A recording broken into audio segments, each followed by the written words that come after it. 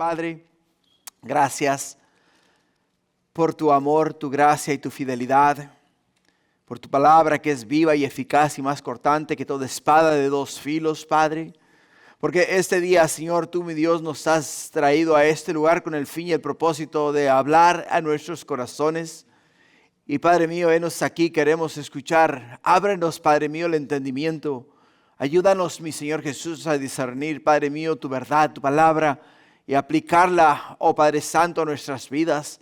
Y vivir conforme, oh mi Dios, a lo establecido en ella, en tu palabra, Señor, para que diariamente, oh Padre mío, con nuestras acciones, con nuestras palabras, con nuestra manera de vivir, Padre mío, te demos honra y gloria a ti, mi Dios, porque hemos aprendido de ti lo que tú quieres de nosotros. Padre, gracias. Bendícenos ahora. Te lo pido en el nombre de Jesús. Y todos decimos amén y amén.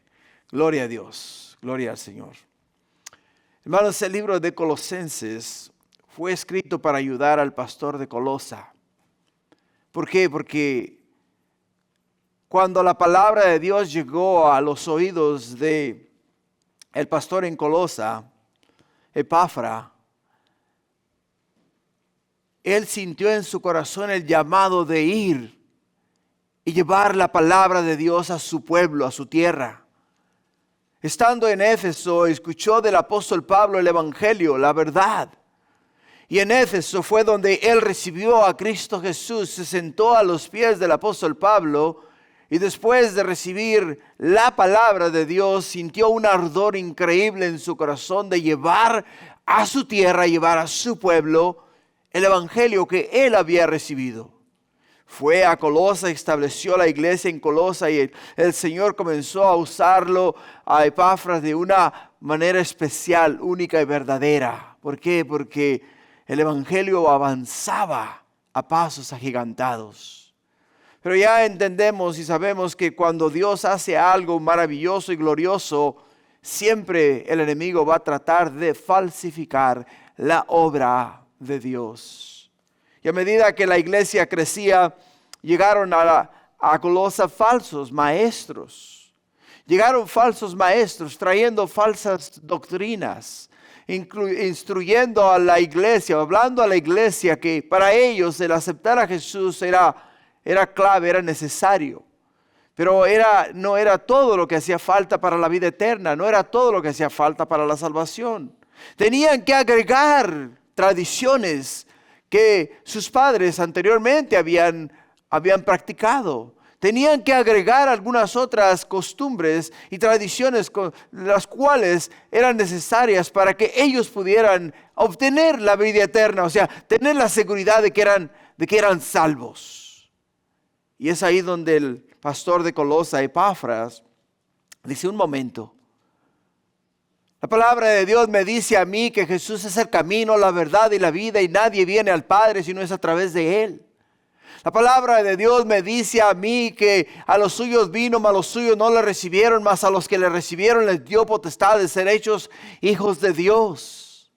La palabra de Dios me dice a mí que si yo me arrepiento de mis pecados y confieso a Jesús como mi Señor y Salvador, yo obtengo la vida eterna. O sea, no necesito ningún otro suplemento para entonces yo adquirir o lograr la vida eterna. Y viendo que estos hombres eran persistentes en sus falsas doctrinas, mandó una carta al apóstol Pablo pidiéndole ayuda. El apóstol Pablo estaba en Roma, donde estaba en una celda, estaba prisionero, preso por predicar el evangelio, por predicar la palabra de Dios. Y como estaba en la cárcel, él no podía salir e ir a Colosa y ayudar a Epafra con la situación que tenía en sus manos. Entonces cuando Pablo recibe la carta, lee la carta, mira la situación que se está dando en Colosa. ¿Y qué es lo que hace el apóstol Pablo? Desde su celda escribe lo que miramos, lo que tenemos delante de nosotros el día de hoy, que es la carta a los Colosenses. La carta a los Colosenses. Hermanos, el apóstol Pablo comienza hablándonos a nosotros en el capítulo 1 de vivir en Cristo firmes en la fe. continúa en ese mismo capítulo hablándonos acerca de la preeminencia de Cristo Jesús. Después sigue hablándonos acerca de que Cristo en vosotros es la esperanza de gloria. Y no solamente ello, sino que la semana pasada nos habló acerca de viviendo en Cristo y firmes en la fe. En el versículo 6 del capítulo 2, versículos 6 y 7 dice: por tanto, de la manera que habéis recibido al Señor Jesucristo, andar en Él, arraigados y sobreedificados en Él y confirmados en la fe, así como habéis sido enseñados, abundando en acciones de gracias. Abundando en acciones de gracias. Por ello, el tema de hoy es libertad en Cristo y la superioridad de su obra. El tema de hoy es libertad en Cristo y la superioridad de su obra. O sea, podemos ver a Pablo llevar a la iglesia de Colosa, ¿a dónde? A Jesús. Llevarlo a Cristo, llevarlos a Cristo, hablándoles a ellos acerca de que podemos vivir confiados en Cristo Jesús, afirmándonos en nuestra fe en que Él es el Hijo de Dios, entendiendo que Él es las primicias, o sea, la primicia de todos los santos. Y no solamente eso, sino que Él es nuestra esperanza de gloria. Jesús es nuestra esperanza de gloria. ¿Por qué? Porque con gran lucha, dice el apóstol Pablo, he peleado. ¿Para qué? Para mantener mis ojos puestos en Jesús, que es el autor y consumador de nuestra fe. Por ello, hermanos, libertad en Cristo nos habla acerca de la superioridad de Él, de la superioridad de Jesús. No solamente se refiere a un concepto teológico cristiano que enfatiza en la libertad espiritual que se obtiene a través de la fe en Cristo Jesús, sino que también nos habla acerca de la supremacía de su obra redentora. ¿Te das cuenta? O sea, en Jesús nosotros hemos sido redimidos, o sea, hemos sido comprados, porque antes estábamos vendidos al pecado. Satanás era nuestro amo, era nuestro dueño. Y cuando tú y yo entendimos que éramos pecadores y para poder obtener la vida eterna teníamos que reconocer que éramos pecadores, venimos a Jesús, nos arrepentimos delante de Él, le dijimos: Señor, yo entiendo que me he quedado corto, he fallado, he pecado a través del curso de mi vida, pero ahora me arrepiento de mis pecados, me arrepiento de mis malas acciones. Te pido perdón, te invito a entrar en mi corazón y te acepto como mi Señor y Salvador. En ese momento Jesús, el Hijo de Dios, agarró su sangre y pagó al Padre por tus pecados. Cuando Él derramó su sangre en la cruz del Calvario, ¿sabes qué? Dios puso en sus espaldas el pecado de la humanidad. ¿Por qué? Porque la palabra de Dios nos dice a nosotros que sin derramamiento de sangre no puede haber remisión de pecado. La sangre del Cordero de Dios que quita el pecado del mundo, la sangre de Cristo Jesús, tenía que ser derramada para entonces pagar por el pecado de la humanidad. Por ello es que podemos entender que en Cristo, hermanos, encontramos que la libertad, encontramos la superioridad, encontramos su obra gloriosa y maravillosa que nos ofrece cuando nosotros ponemos nuestra fe y esperanza en el Hijo de Dios. Por ello, en términos simples, hermanos, lo que es la libertad en Cristo y la superioridad de sus obras se refiere a la creencia de que la fe en Cristo Jesús liberará a los creyentes del pecado, de las cadenas espirituales, proporcionando a nosotros una nueva vida en Cristo Jesús. Proporcionándonos a nosotros una vida nueva en Cristo Jesús. Y esto es lo que nos ofrece el Señor. Eso es lo que nos ofrece cuando tú y yo ponemos nuestra fe y nuestra esperanza en Jesús. Así es de que como tema tenemos libertad en Cristo y la superioridad de su obra. Y el primer punto del estudio que vamos a mirar este día, hermanos, es la libertad, o sea, libertad de juicio en prácticas religiosas. Libertad de juicio en prácticas religiosas. En el versículo 16 y 17 de Colosenses capítulo 2 nos dice, por tanto, dice, nadie os juzgue en comida o en bebida, o en cuanto a días de fiesta, lunas nuevas o días de reposo, todo lo cual es sombra de lo que ha de venir, pero el cuerpo es de Cristo. De Cristo. Este pasaje es crucial para comprender la libertad en Cristo y cómo debemos relacionarnos con las prácticas religiosas externas. A continuación vamos a explorar más a fondo los conceptos de sombra y realidad. ¿Por qué, hermanos? Porque el impacto en la iglesia primitiva y su relevancia para la vida cristiana es muy importante para nuestra vida actual. Es muy importante. Por el hecho de que muchas veces nosotros creamos nuestros propios conceptos, establecemos nuestras propias reglas y esperamos que las personas las cumplan al pie de la letra para nosotros poner nuestro sello de aprobación y decir si están bien o están mal. En el contexto histórico y cultural, Pablo escribe a los colosenses para combatir, hermanos, falsas enseñanzas que mezclaban judaísmo, ascetismo y misticismo en la fe cristiana. O sea, Pablo estaba combatiendo tres diferentes doctrinas que habían entrado dentro de la iglesia.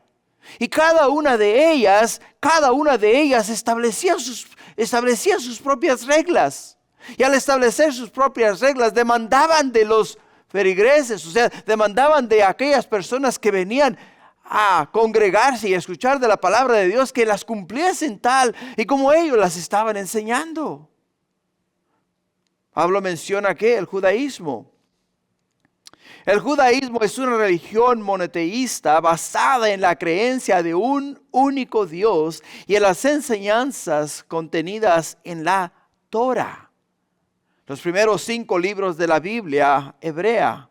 Es una de las religiones más antiguas del mundo y la base del cristianismo y el islamismo. Su práctica y creencia se articula a través de la halajá, o sea, la ley judía, las enseñanzas rabínicas y las tradiciones culturales del pueblo judío. El judaísmo tiene diversas corrientes como el ortodoxo, conservador y reformista, y su identidad abarca tanto conceptos religiosos como culturales y étnicos. Eso es lo que es el judaísmo. El judaísmo. Ahora dirás tú, bueno, entonces, ¿qué? ¿Qué vamos a hablar? ¿Vamos a hablar de la ley? ¿Vamos a decir que la ley en sí está mal? No, Jesús mismo dijo. Él mismo dijo, dice, escudriñad las escrituras. Escudriñad las escrituras porque ellas hablan acerca de mí. O sea, nosotros no podemos hacer a un lado la ley de Moisés. No podemos hacer a un lado el Antiguo Testamento. El Antiguo Testamento es base, es parte de nuestra fe, es parte de nuestra creencia.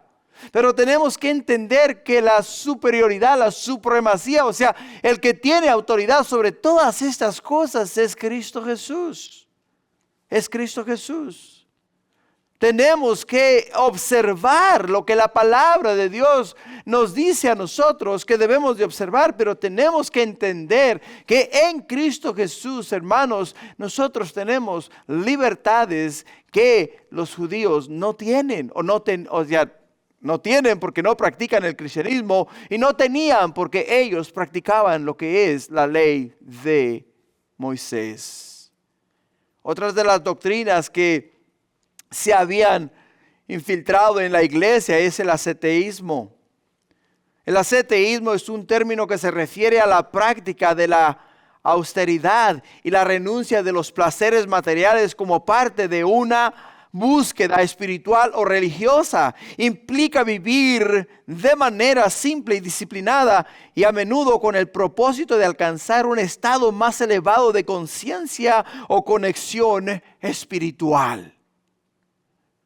O sea, ellos le decían a las personas, ustedes, para poder realmente tener una relación con Dios, para poder llegar a un estado espiritual elevado, tienen que negar todo lo que es el ámbito físico, o sea, todo lo que tiene que ver con materialismo. Tienes que hacer a un lado todas estas cosas. Y la iglesia estaba confundida porque por un lado venían los judíos que les decían a ellos que tenían que guardar la ley. Por otro lado venían los que les decían a ellos, tienen que dejar el deseo de las cosas materiales y se tienen que concentrar en lo espiritual para poder llegar y alcanzar un nivel más alto de espiritualidad. O sea, estaban todos ellos confundidos porque ahora no solamente su pastor de ellos les hablaba del amor, la gracia y la misericordia en Cristo Jesús, sino que ahora estos otros maestros venían y les enseñaban a ellos estas diferentes doctrinas, de las cuales también estaba el misticismo. Entre las cuales también estaba el misticismo. El misticismo es una corriente espiritual que busca la unión directa y personal con lo divino o lo absoluto, generalmente a través de la contemplación, la meditación y experiencias trascendentales. Se basa en la creencia de que es posible alcanzar un conocimiento o comunión con lo sagrado más allá de la razón y los sentidos. Por ello, si te das cuenta la confusión tan grande que había dentro de la iglesia y cómo estaba aquello separando a la iglesia, unos se inclinaban hacia el misticismo, otros se inclinaban hacia el ascetismo, otros se inclinaban hacia el judaísmo, y muchos de ellos se mantenían fieles y firmes a las enseñanzas de su pastor, o sea, las enseñanzas de Epafras, que les enseñaba acerca de la gracia y la misericordia de Dios a través de Cristo Jesús. Por ello, cuando el apóstol Pablo nos habla en el versículo 16, dice, por tanto, dice, por lo que ya os enseñé anteriormente, dice, por lo que ya os enseñé a ustedes anteriormente, dice, nadie os juzgue en comida o en bebida o en cuanto a días de fiestas, luna nueva o días de reposo.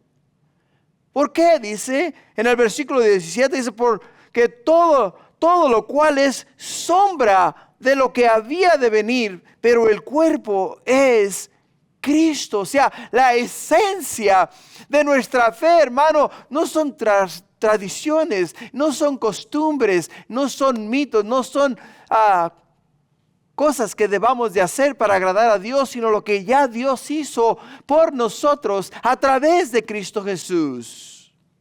Es lo que más importa.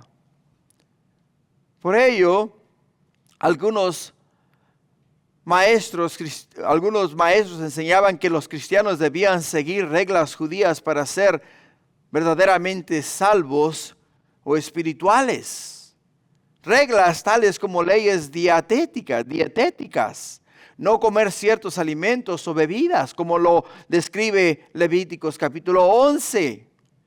Días de descanso, o sea, días sagrados, o sea, celebraciones judías como la Pascua, Pentecostés, la nueva luna, el día de reposo, etcétera, etcétera, etcétera. O sea, todas estas diferentes fiestas y celebraciones que celebraban los judíos, ahora llegan ellos y le dicen a la iglesia: tú aceptaste a Jesús, gloria a Dios, eres salvo, pero para poder realmente asegurar la salvación, ahora tienes que observar todas esas otras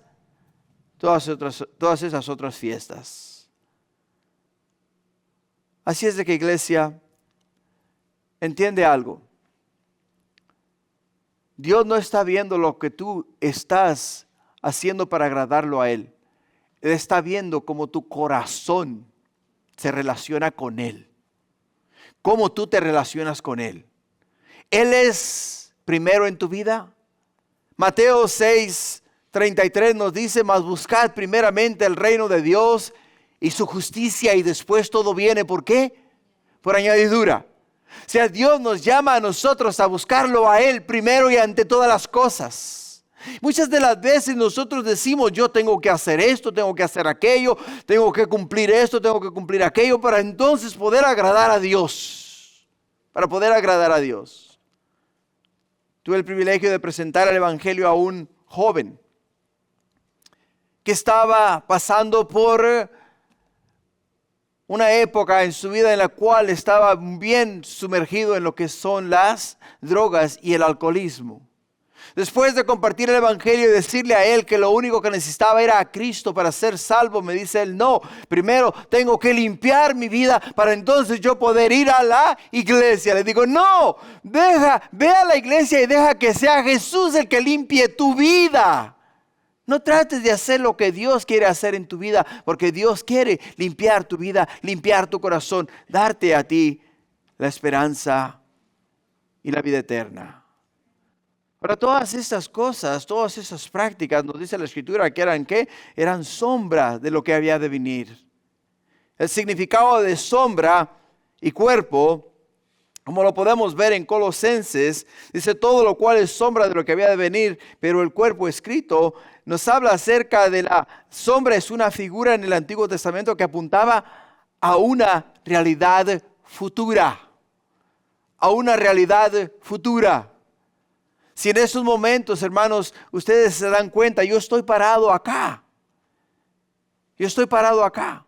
Y mi figura hace ¿qué? Forma una sombra. Forma una sombra.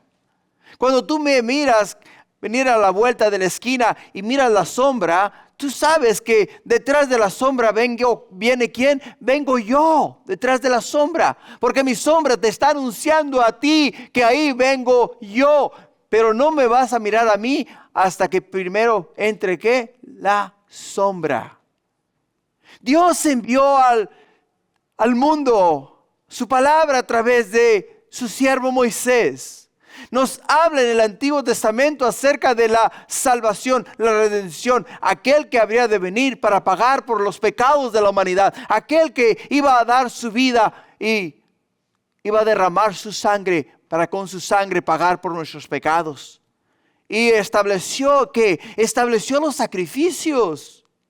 Estableció los sacrificios. Dios estableció los sacrificios. Ahora todo varón, todo hombre tenía que venir 3 veces a la ciudad de Jerusalén a celebrar 3 fiestas: la Pascua, la fiesta de Pentecostés y la fiesta de los tabernáculos. En la Pascua, todo hombre tenía que traer bajo el brazo un cordero blanco, puro y sin mancha.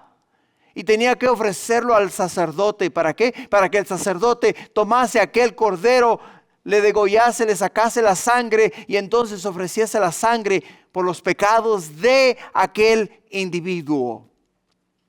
Pero la sangre del cordero que se ofrecía en aquel entonces no quitaba el pecado del hombre, cubría el pecado del hombre solamente. Y Jesús les dice a ellos: todo eso era sombra. O sea, lo que ustedes veían, el sacrificio que se ofrecía, era la sombra de lo que yo iba a hacer. O sea, mi vida, yo iba a morir como cordero de Dios para quitar el pecado del mundo. Y es ahí donde yo iba a entrar. ¿E iba a qué? Iba a traer la vida al mundo. Hermanos, el cuerpo que es Jesús, nos dice Hebreos capítulo 10, versículo 1, dice, porque la ley teniendo la sombra de los bienes venideros, no la imagen misma de las cosas, nunca puede, ¿qué? Hacer perfecto a los que se acercan. Hebreos nos lo describe de esta manera, nos dice a nosotros, sí, es verdad, la ley era y es buena. La ley era y es buena. Pero la ley en sí no nos puede salvar a nosotros. ¿Por qué, hermanos? Porque era solamente una sombra de lo que habría de venir. Y por ello es que podemos entender que la idea clave es que la ley era un anticipo, pero Cristo es el cumplimiento del plan redentor de ¿qué? Que Dios estableció para la humanidad. Ahora imagina a un novio que espera a su prometida en la estación del tren. O sea, un joven que está esperando con ansia que llegue su prometida, ¿no? Cuando él está en la estación del tren, el tren llega, y cuando él sale, cuando la novia sale del tren, el sol está pegando de lado, y cuando ella sale, lo único que él logra mirar es la sombra de ella. Y cuando ve la sombra dice, es la silueta de mi prometida. Y cuando la mira se emociona y dice, ya llegó, porque veo su sombra. Y cuando le ve salir del vagón y salir afuera y le mira cara a cara, su corazón se llena de gozo y de alegría. ¿Por qué? Porque la tiene delante de sus ojos y la ha anhelado, la ha esperado por mucho tiempo, por muchos días. Y ahora que la tiene delante de él, su corazón se le quiere salir del pecho de alegría, de gozo. ¿Por qué? Porque la tiene delante de sus ojos. Y nos dice a nosotros, el apóstol Pablo dice, la palabra de Dios, o sea, la ley de Moisés, el Antiguo Testamento, todo lo escrito acerca del Mesías, todo eso nos hablaba acerca de lo que iba a ser cuando Jesús llegara a este mundo, que cuando nosotros lo mirásemos, nuestro corazón quisiera salírsenos del pecho de alegría, porque Él, el Salvador del mundo, el cual Dios iba a enviar para traer a nosotros la vida eterna, está ahí delante de nosotros, delante de nuestros ojos, y para que nos gocésemos y entendiésemos que es Él y en Él en quien nosotros encontramos la salvación. Por ello es que la verdadera libertad está en Cristo Jesús. Está en Jesús. Esos hombres llegaron confundiendo a quienes, confundiendo a la iglesia. Traían consigo sus tradiciones, traían consigo sus costumbres, traían consigo lo que ellos creían que se debería de hacer para agradar a Dios, pero en sí no entendían el verdadero significado, la palabra de Dios, porque no podían ver ni la sombra, ni mucho menos podían ver al cuerpo, o sea, no podían mirar a Cristo Jesús. No lo podían ver. ¿Y sabes por qué no lo podían ver? Porque sus costumbres, sus tradiciones les cegaban a ellos los ojos. Decían ellos, yo tengo que negar todo el materialismo, o sea, todo lo material. Ellos se dieron a la tarea a vivir no en casas, sino a vivir en casas de campaña, en el desierto. No poseían nada, no tenían nada. Ellos solamente vivían un día a la vez y sin ninguna posesión material.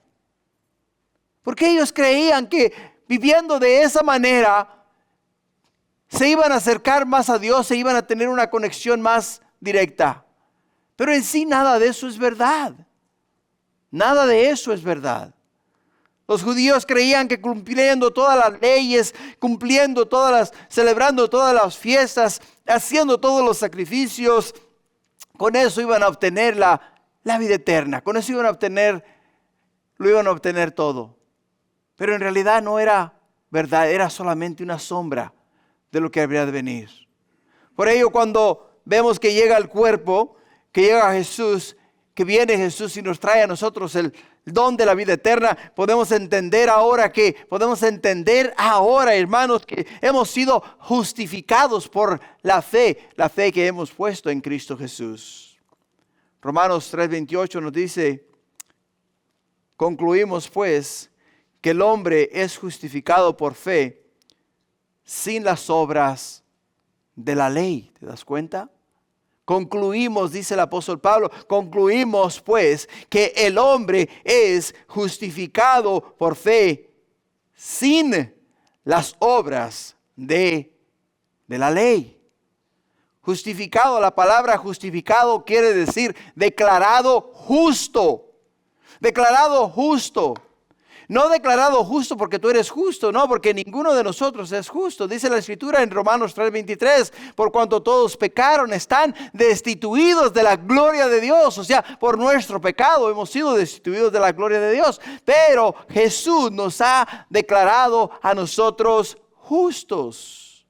Hemos sido justificados en Él. Hermanos, no necesitamos reglas externas para acercarnos a Dios. Nuestra relación con Dios no se basa en lo que tú puedas hacer, se basa en lo que Él hizo por ti y por mí. Eso es lo que se basa. Pedro, hermanos, tuvo una visión en Hechos capítulo 10, donde Dios le dice a Pedro, cuando vio bajar aquel manto lleno con diferentes animales, y el Señor le dice: Pedro, mata y come. Y le dice Pedro: no, Señor, no. Yo nunca ninguna cosa inmunda ha entrado en mis labios. Y el Señor le dice a Pedro: Pedro, no llames inmundo lo que yo he limpiado. No llames inmundo lo que yo he limpiado. En otras palabras, no te justifiques por tus propias obras. No te justifiques en tus reglas externas. ¿Por qué? Porque nada de eso en sí tiene valor alguno ante los ojos de Dios. Ahora, hermanos, el error común que muchas veces cometemos es pensar que ciertos hábitos religiosos nos hacen más santos. Es el error común que todos cometemos. Si yo leo la Biblia todos los días, si yo oro todos los días, si yo diezmo todo lo que yo tengo, si yo si yo hago lo otro, tengo una conexión especial con Dios. Pero si lo haces con ese propósito, en sí lo estás haciendo porque estás tú estableciéndote tus propias reglas para agradar a Dios, cuando en realidad nada de eso se te requiere. Yo leo la Biblia porque quiero conocer de Dios.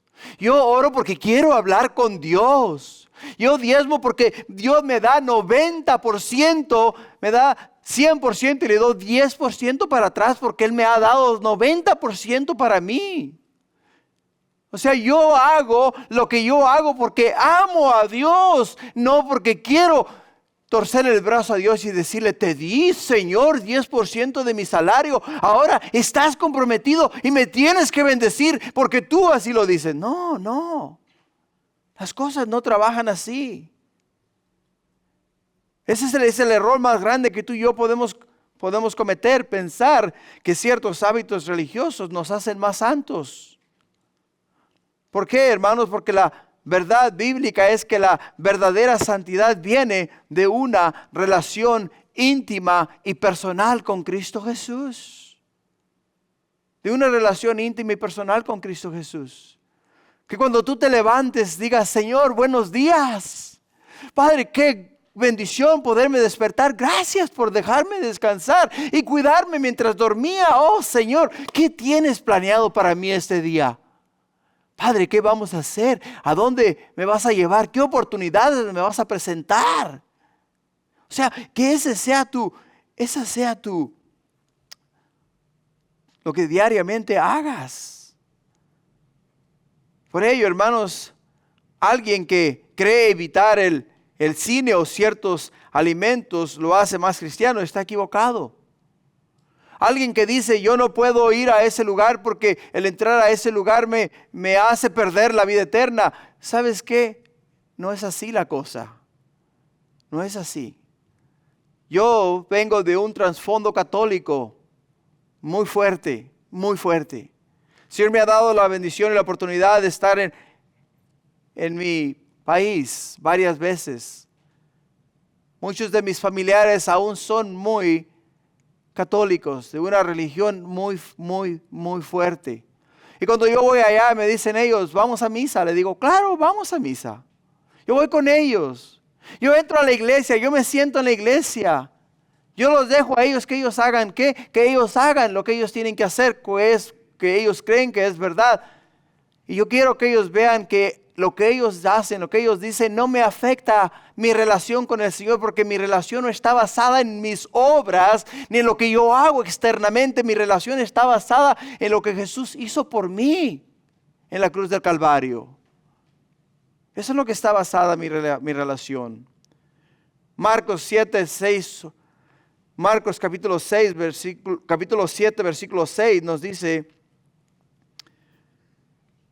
Marcos 7:6 nos dice, respondiendo él les dijo, hipócritas, bien profetizó de vosotros Isaías como está escrito, dice, este pueblo de labios me honra, mas su corazón está lejos de mí. Pues en vano me honran, dice, enseñando como doctrinas mandamientos de hombres. Porque dejando el mandamiento de Dios, os aferráis a las tradiciones de los hombres, los lavamientos de los jarros y de los vasos de beber, y hacéis otras muchas cosas semejantes. O sea, las tradiciones de los hombres, las costumbres, las cosas que anteriormente hacíamos, que creíamos nosotros que nos acercaban a Dios en sí, no nos acercan a Dios. No nos acercan a Dios. Porque Jesús mismo nos lo dice en su palabra. O sea, Él mismo nos dice aquí en el libro de Marcos, que dice, este pueblo de labios me honra. O sea, ellos lo dicen con sus labios. O sea, sus oraciones son elocuentes, son articuladas, son bien dichas. Y cuando las escuchas tú dices, wow, qué hombre, qué mujer de Dios, qué manera de expresarse. Pero Jesús dice en su palabra, dice, enseñando como doctrinas mandamientos de hombres. ¿Por qué? Dice, porque dejando el mandamiento de Dios, os aferráis a las tradiciones de los hombres. Os aferráis a las tradiciones de los hombres. Por ello, hermanos, enfocarnos en la realidad de Cristo es nuestra prioridad. No se trata de qué día celebramos, sino de vivir cada día para Cristo Jesús. Vivir cada día para Cristo Jesús. Romanos 14, versículo 5 nos dice, no hace diferencia entre día a día, otro juzga iguales todos los días. Cada uno esté plenamente convencido en su propia mente, dice, el que hace caso del día lo hace para el Señor, y el que no hace caso del día para el Señor no lo hace. El que come para el Señor come porque da gracias a Dios, y el que no come para el Señor no come y da gracias a Dios. O sea, lo que haces lo estás haciendo para Dios. Lo estás haciendo para agradar a Dios, no para ser visto por los hombres. O sea, no se trata de qué comemos o qué bebemos, sino de glorificar a Dios en todo y en todo tiempo y en toda hora. Primera de Corintios 10:31 dice, si pues coméis o bebéis o hacéis otra cosa, hacedlo todo para la gloria de Dios. Hacerlo todo para la gloria de Dios. Todo lo que hagas, hazlo para la gloria de Dios. Porque Si nos dejamos esclavizar por el legalismo, hermanos, si nos dejamos esclavizar por el legalismo porque que tienes que hacer esta cosa, que tienes que hacer esta otra, que tienes que cumplir este mandamiento, este requisito, tienes que llevar esto al pie de la letra, si no te va a castigar Dios. Y entonces nos presentan a un Dios justiciero, a un Dios que tiene un cable, que tiene un látigo en la mano, que cuando tú te desvías, te tira un latigazo y te dice, hey, métete en el camino, ¿a dónde vas? Ese no es el Dios el cual tú y yo amamos, al cual tú y yo hemos dado nuestra vida. El Dios al cual tú y yo amamos se preocupa por ti, se preocupa por mí y quieres que vivas una vida que le agrade a Él. Jesús mismo nos lo dice de esta manera en el libro de Mateo capítulo 11. Dice, venid a mí. ¿Te das cuenta?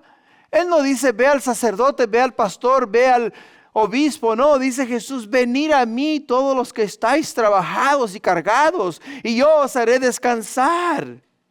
Jesús dice, y yo os haré descansar, dice, llevad mi yugo sobre vosotros y aprended de mí que soy manso y humilde de corazón, y hallaréis descanso para vuestras almas, porque mi yugo es fácil y ligera es mi carga. O sea, Jesús nos dice a nosotros, cuando tú vienes a mí, las cosas son fáciles, son sencillas. Yo no te complico la vida, yo no pongo sobre tu vida, dice, no pongo sobre tu vida cosas que tú no puedes hacer, cosas que tú no puedes llevar. Por ello, cuando un hombre trata de impresionar a Dios, hermanos, con reglas religiosas, quiero que sepas que está en el camino equivocado. Está en el camino equivocado. ¿Por qué? Porque Efesios capítulo 2, versículos 8 y 9 nos dice que por gracia somos ¿qué? Somos salvos por medio de la fe y no por obras para que nadie se gloríe. O sea, nosotros, hermanos, tenemos que entender que nuestra salvación no proviene de lo que tú puedes hacer o de lo que tú has hecho o de lo que tú deseas hacer. No, proviene de lo que ya Dios ha hecho por ti y ha hecho por mí. Por ello, Colosenses capítulo 2, versículos 16 y 17, nos enseña que nuestra relación con Dios no depende de rituales externos, sino de Cristo mismo. La ley era una sombra, ahora tenemos la realidad en Cristo Jesús. La ley, como podemos ver, nos apuntaba hacia Jesús, pero ahora que tenemos a Jesús, tenemos que venir a Jesús. Debemos de vivir en la libertad de la gracia sin volver a esclavizarnos con reglas humanas. Sin volver a esclavizarnos con reglas humanas. ¿Te das cuenta? Porque por gracia sois salvos por medio de la fe, nos dice Efesios capítulo 2, versículo 8. Continuando con nuestro siguiente punto, punto 2. En el punto 2 nos habla acerca de peligros de diversidad hacia falsas enseñanzas. Peligros de diversidad hacia falsas enseñanzas. Fíjate lo que nos dice el versículo 18. Dice, nadie os prive de vuestro premio, afectando humildad y culto a los ángeles, entremetiéndose en lo que no ha visto, vanamente hinchado por su propia mente carnal, y no haciéndose de la cabeza, en virtud de quien todo el cuerpo, manteniéndose y uniéndose por las coyunturas y ligamentos, crece con el crecimiento que da Dios. Para poder obtener un mejor entendimiento de todos, de lo que el apóstol Pablo nos está hablando acá, nos ha dado acá, ha hecho mención de 4 aspectos.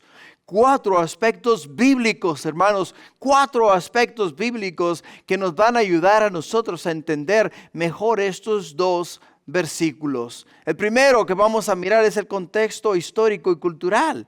La iglesia en Colosa estaba expuesta a ¿qué? A diversas influencias filosóficas y religiosas, y Pablo escribe para advertir contra doctrinas que podían alejar a los creyentes de Cristo Jesús. Lo primero que encontramos acá es la influencia del gnosticismo. la influencia del gnosticismo.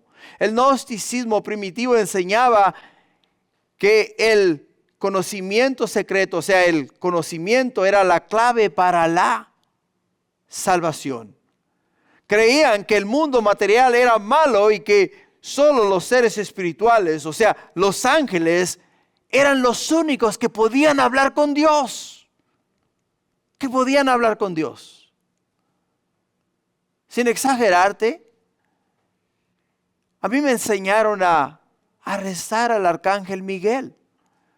A mí me enseñaron a rezar al ángel Gabriel. A pedir por ayuda a través de ellos.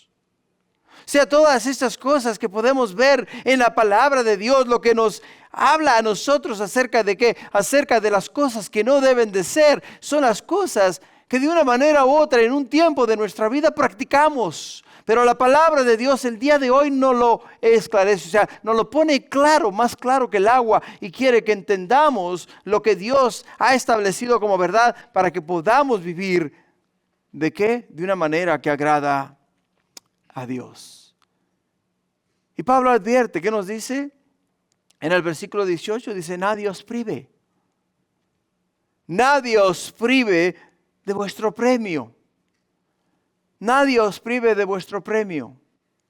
¿Por qué? Mira, te lo voy a ilustrar de esta manera. Si tú en estos momentos quieres, digamos, correr una carrera de 200 metros, para correr la carrera de 200 metros, tú te vas a despojar de la vestimenta y te vas a dejar solamente las partes necesarias para poder correr livianamente. Pero si vemos que el tiempo es frío, ¿no? Vamos a venir y te vamos a decir, hey, ¿sabes qué? Si corres de esa manera te va a dar un resfriado. Mira, ponte un pantalón y ponte una camisa. Y eventualmente vas a decir, no, el pantalón y la camisa no son suficientes. Te va a hacer falta un abrigo. O un abrigo no, un suéter, ponte un suéter. Pero vemos que el suéter es liviano, es ligero. Dicen, no, un momento, mira, para que no te vaya a dar un resfriado, ponte un abrigo. Y cuando empiezas a correr la carrera, no vas a llegar a la meta. ¿Por qué? Porque llevas exceso de carga.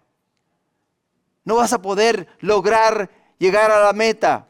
De la misma manera, hermanos, nosotros no vamos a poder llegar a la meta. ¿Por qué razón? Porque nos hemos cargado de tradiciones, nos hemos cargado de costumbres, nos hemos cargado de reglas y requisitos que creemos nosotros que son necesarios para llegar a Dios, que al final del día ninguna de esas cosas son necesarias. Por ello Pablo lo pone de esta manera y dice, nadie os prive de vuestro premio. Nadie os prive de vuestro premio. ¿Por qué? Porque ofrecer culto a los ángeles, hermanos, no es bíblico. Ofrecer culto a los ángeles no es bíblico.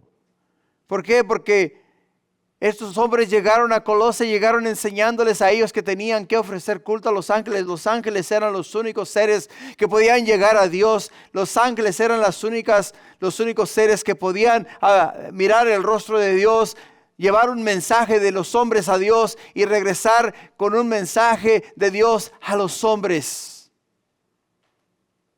Es lo que ellos creían. Y por ello es que ellos hacían culto a los ángeles. Ahora, ¿qué nos dice la Biblia sobre esto? Pablo deja claro que esta práctica es incorrecta. ¿Por qué, hermanos? Porque Cristo es el único mediador entre Dios y los hombres. En Primera de Tesalonicenses, capítulo 2, versículos 5 y 6, nos dice, porque hay un solo Dios y un solo mediador entre Dios y los hombres, Jesucristo hombre, el cual se dio a sí mismo en rescate por todos, de lo cual se dio testimonio a su debido tiempo. Los ángeles, hermanos, son siervos de Dios y no deben ser adorados. Fíjate lo que nos dice Apocalipsis capítulo 22, versículos 8 y 9, dice: yo, Juan, soy el que oyó y vio estas cosas. Y después que las hube oído y visto, me postré para adorar a los pies del ángel que me mostraba estas cosas. Pero el ángel me dijo: mira, no lo hagas, porque yo soy consiervo tuyo y de tus hermanos los profetas y de los que guardan la palabra de este libro. Adora a Dios. Le dice el ángel: adora a Dios. O sea, no me adores a mí, no me rindas culto a mí, porque yo soy tu consiervo. O sea, yo soy como tú. Es lo que le está diciendo el ángel. Por ello, el culto a los ángeles es una distracción que nos aleja de Cristo. O sea, es un suéter que no necesitamos llevar puesto. Es un abrigo que nos va a causar que después de que entremos en calor nos ahogue. Hebreos capítulo 1, versículo 4, capítulo 1, versículo 1 nos dice, la palabra de Dios dice: a Dios, habiendo hablado muchas veces y de muchas maneras en otro tiempo a los padres por los profetas, en estos postreros días nos habla por el Hijo, a quien constituyó heredero de todo y por quien asimismo hizo el universo, el cual, siendo el resplandor de su gloria y la imagen misma de su sustancia, en quien sustenta todas las cosas con la palabra de su poder, habiendo efectuado la purificación de nuestros pecados por medio de sí mismo, se sentó a la diestra de la majestad en las alturas, hecho tanto superior a los ángeles, cuanto heredero más excelente nombre que ellos. Más excelentes nombres que ellos. ¿Por qué, hermanos? Porque el apóstol Pablo nos dice en estos dos versículos, primeramente, nos dice a nosotros que no debemos rendir culto a los ángeles. Ahora, segundo, nos habla a nosotros de que Cristo es la cabeza. Cristo es la cabeza. ¿Y qué significa que Cristo es la cabeza? Bueno, Pablo usa la metáfora del cuerpo para describir la iglesia. ¿Dónde? Porque sin la cabeza, el cuerpo no se puede mover. ¿Te das cuenta? No se puede mover. ¿Por qué? Porque Cristo es la fuente de autoridad y dirección en la vida espiritual de los hombres. Y la iglesia, el cuerpo, depende de Cristo para nutrirse y crecer. Tú y yo no podemos, entiéndeme, no podemos movernos sin la cabeza. No podemos movernos sin Cristo. En Efesios capítulo 1, versículos 22 al 23, nos dice la Escritura y dice: y sometió todas las cosas bajo sus pies, y lo dio por cabeza sobre todas las cosas a la iglesia, la cual es su cuerpo, la plenitud de aquel que todo lo llena en todo y en todas las cosas. Así es de que, iglesia, no podemos nosotros hacer lo que nos dice la palabra de Dios, que es contrario a la verdad.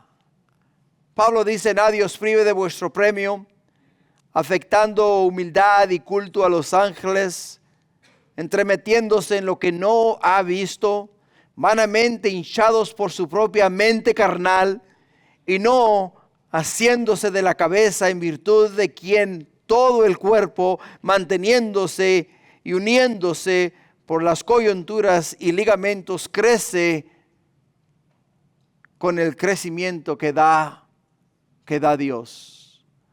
Para poder tú y yo crecer, tenemos que estar pegados los unos a los otros en el Señor. Tenemos que entender que Cristo es el camino, Cristo es la verdad, Cristo es la vida, y nadie puede venir al Padre si no es a través de Él. Continuando en el punto 3, dice: llamados a vivir en libertad de Cristo. Llamados a vivir en la libertad de Cristo. Versículo 20, 22 nos dice, pues si habéis muerto en Cristo en cuanto a los rudimientos del mundo, ¿por qué como si vivierais en el mundo os sometéis a preceptos tales como no manejes, ni gustes, ni aun toques, en conformidad a mandamientos y doctrinas de hombres, cosas que todas se destruyen con el uso? Si Pablo les dice a ellos, pues si habéis muerto con Cristo, ¿por qué ahora, dice, por qué ahora os volvéis a las costumbres y tradiciones, aquellas cosas que antes practicabas? Ya no son necesarias. No son necesarias. Y como no son necesarias, Pablo les afirma a ellos, los creyentes, que aquellos que hemos muerto con Cristo Jesús, aquellos que morimos a nuestra antigua vida y resucitamos a una nueva vida en Cristo Jesús, no tenemos, hermanos, que observar ninguna de estas reglas para obtener la vida eterna, para obtener la salvación. ¿Por qué razón? Porque todo esto era sombra de lo que había de venir, sombra de lo que había de venir. Por ello, Pablo en Romanos 6, del versículo 5 al 7, dice, porque si fuimos plantados juntamente con él en la semejanza de su muerte, así también lo seremos en la de su resurrección, sabiendo, dice, esto, que nuestro viejo hombre fue crucificado juntamente con él, para que el cuerpo del pecado sea destruido, a fin de que no sirvamos más al pecado, porque el que ha muerto ha sido justificado del pecado. O sea, el que ha muerto en Cristo Jesús ha sido declarado justo.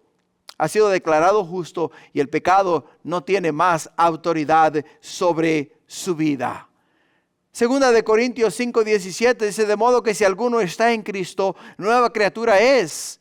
Las cosas viejas pasaron, he aquí, todas son hechas nuevas. Todas son hechas nuevas.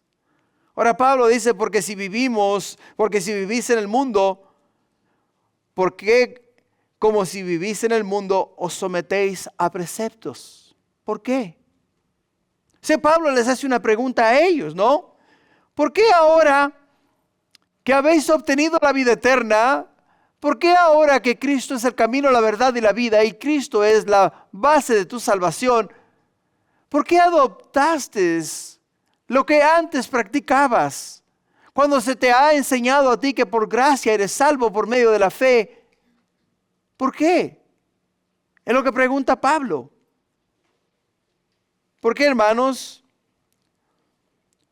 Porque todas estas cosas muchas veces aún siguen en nuestras mentes, en nuestros corazones. Y a veces pensamos que si hacemos algo extra o si hacemos algo de una manera distinta, vamos a impresionar a Dios, cuando en realidad no hay nada que tú puedas hacer en este mundo para impresionar a Dios. Nada hay en este mundo que pueda impresionar a Dios.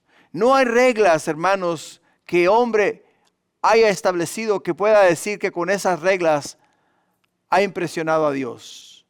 Mateo 15, versículo 7 dice estas palabras. Mateo capítulo 15, versículo 7 dice, hipócritas, bien profetizó de vosotros Isaías cuando dijo, este pueblo de labios me honra, mas con su corazón está lejos de mí. Pues en vano me honran enseñando como doctrina mandamientos de hombres. Y Tito capítulo 1, versículo 10, Tito 1, versículo 10 dice, porque hay muchos contumaces, habladores de vanidades y engañadores, mayormente los de la circuncisión, o sea, hablando o haciendo referencia a los judíos, a los cuales es preciso tapar la boca, que trastornan casas enteras, enseñando por ganancia deshonesta lo que no conviene, Uno de ellos, su propio profeta, dijo: los cretenses siempre mentirosos, malas bestias, glotones, ociosos. Este testimonio es verdadero, por tanto, repréndelos diariamente para que sean sanos en la fe, no atendiendo a fábulas judaicas ni a mandamientos de hombres que se apartan de la verdad. Todas las cosas son puras para los puros, mas para los corrompidos e incrédulos nada le es puro, pues hasta su mente y su conciencia está corrompida. Y está hablando de quiénes. Está hablando de los judíos que habían introducido en la iglesia y habían dicho que Jesús es la base de la salvación, pero que necesitaban cumplir todas estas reglas para poder adquirir la vida eterna y entonces agradarían a Dios. Y dice Pablo: no, Tito, no permitas que ninguno de ellos introduzca en la iglesia estas reglas, porque todas ellas son contrarias a lo que ya Jesús hizo por nosotros en la cruz del Calvario. Por ello, hermanos, tenemos que ser sabios. ¿Sabios en qué? Sabios en no dejar entrar en nuestras vidas el legalismo religioso. El legalismo religioso, hermanos, son reglas y normas sobre el cumplimiento, la práctica o las costumbres que no tienen bases bíblicas. No tienen bases bíblicas. Si no hay bases bíblicas, no hay que adherirse a ellas.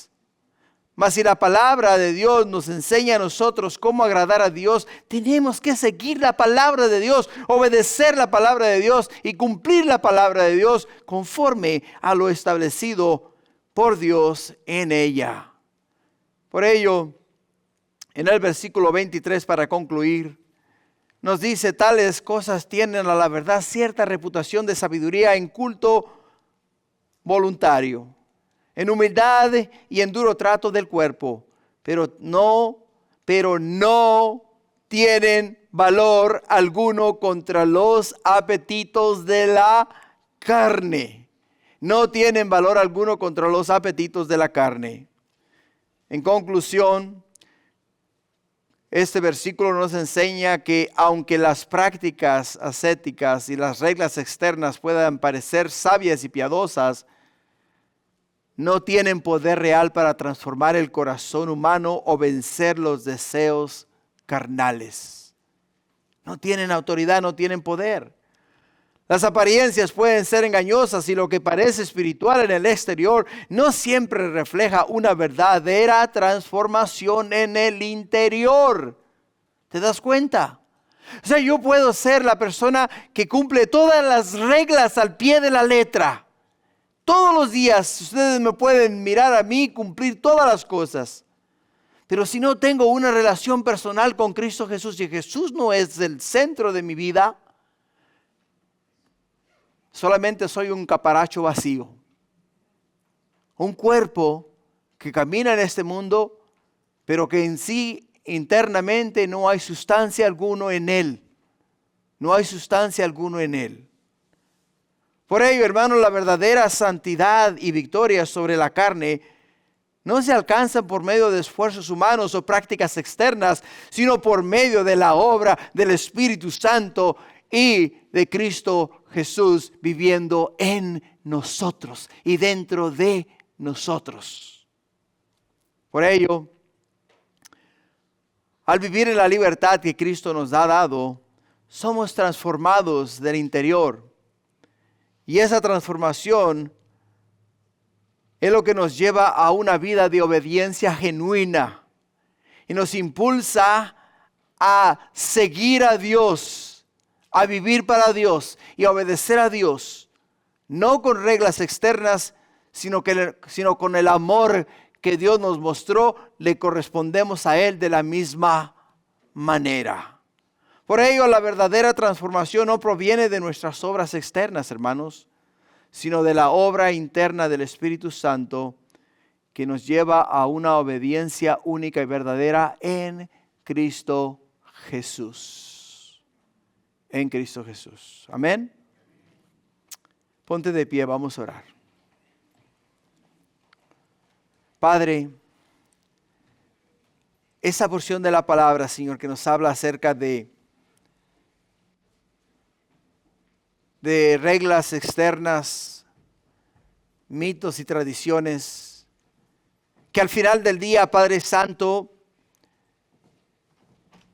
lo único que hacen es convertirnos a nosotros en personas legalistas. Que, Padre mío, estamos en continua contienda con aquellos que no hacen lo que nosotros creemos que deban de hacer. Cuando en realidad, Padre mío, podemos entender que tú, Padre mío, tienes planes mejores para nuestras vidas. Y nos has llamado a libertad, nos has hecho libres en Cristo Jesús. Y, oh Padre mío, ahora nuestro amor a ti no es, mi Dios, a través de obras, sino es a través del mismo amor con el cual tú nos amaste, te amamos de igual forma, oh Padre Santo, con esa misma intensidad, porque, Padre mío, estábamos muertos en delitos y pecados, y tú, mi Dios, nos perdonaste, nos sacaste de las tinieblas y nos trajiste a la luz admirable, y, oh Padre Santo, nos has dado la vida eterna en Cristo y a través de Cristo. Y ahora, oh Padre, te pedimos que sea Cristo el que venga ahora en estos momentos a vivir en nosotros. Y, oh Padre mío, no echemos manos de costumbres y tradiciones, sino que creamos en la verdad, que es tu palabra que nos enseña la verdad. Gracias, Padre, bendice tu pueblo, bendice tu iglesia. Estos son tus hijos, tú los compraste con tu sangre. Tú pagaste por ellos en la cruz del Calvario y tú diste tu vida para darles vida, Señor. Ahora los encomiendo a ti para que los guíes y los dirijas, Padre, y que sus ojos siempre estén puestos en el autor y consumador de su fe en Cristo Jesús. Y que diariamente vivan conforme a tu santa y perfecta voluntad. Gracias, Padre, te amamos y bendecimos. Este día y siempre te adoramos en el nombre de Jesús. Amén y amén.